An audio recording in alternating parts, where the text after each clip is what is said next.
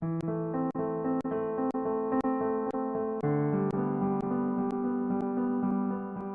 Park is a community in inner city Toronto that is a very multicultural neighborhood, I guess you could say.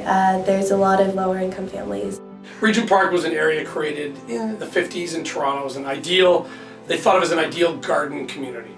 So there'd be this closed off community, no roads going through it, one main road, but everything going up and the high rises there.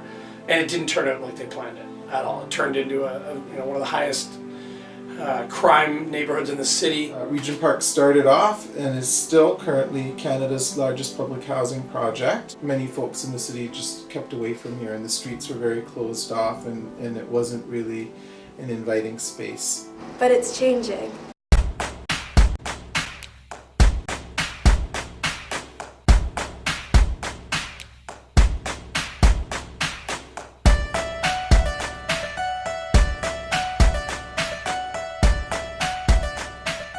Revitalization is important to this. It's the biggest revitalization of an inner city going on in North America, and one of the biggest ever.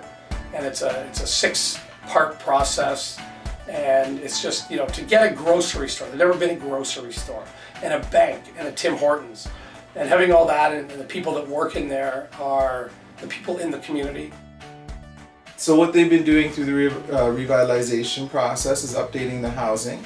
And it's more of a mixed community now. So there are folks that actually own their units, and then there are folks that are getting subsidized rental units. And really what they're trying to encourage a lot of the ideas that mixed communities being the kind of ideal community where there's more eyes on the street. There's now businesses here that weren't here before. This promotes more pedestrian traffic and more eyes on the street, and so it's becoming a much more vibrant place. Their new school is beautiful. The Mandela Park School is beautiful, and it's an extraordinary school, one of the nicest I've ever seen. The effect of the new building has been great. Like, the kids came in here, they were so excited. They've been waiting for years to come into this new facility. I really feel there's a greater sense of calmness. And for the most part, they've been really respectful of the new facility, and I think they just feel so lucky to have such a top-notch facility to do their learning in. The kids all just seem to be smiling every day. I remember the first day that we went down there, and you could see all the kids playing on the playground, and they were just ecstatic.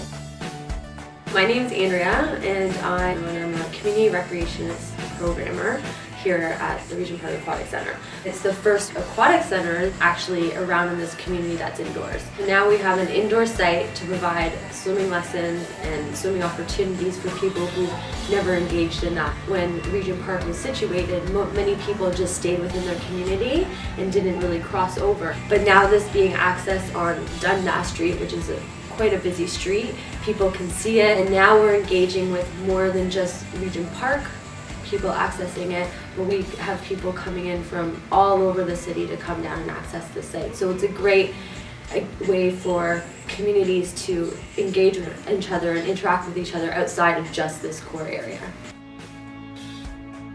It's going to be changing probably for the next couple of years as the new development continues to grow and more people start to move in. It becomes even more multicultural. It becomes a real mix of people of all incomes, and it's good for everybody. It's amazing to see it. It's just opened up, I think, people's eyes to what the real Regent Park is about. The opportunities here are endless, and it's only going to grow from there.